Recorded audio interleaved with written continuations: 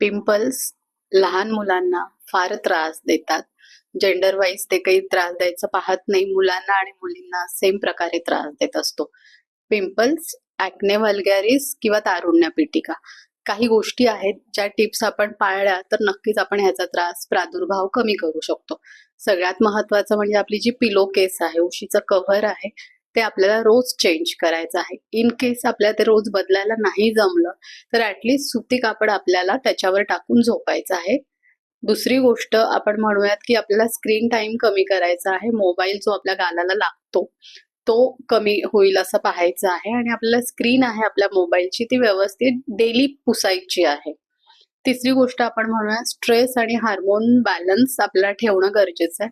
त्यासाठी वेळेवर खाणं आणि वेळेवर झोपणं गरजेचं आहे. चौथी गोष्ट म्हणूया की हाय ग्लायसेमिक इंडेक्सवालं फूड आपल्याला अवॉइड करायचं आहे. म्हणजे शुगरी आयटम्स, मग त्यात काय काय तर तुम्हाला माहीतच आहे, जे लहान मुलांना फार आवडतं.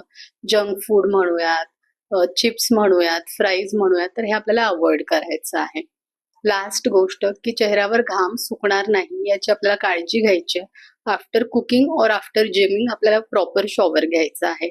तर हे सर्व करा आणि हे सर्व केल्यानंतर त्रास नाही कमी झाला तर नक्की तुमच्या डर्मॅटना भेट द्या. थँक्यू.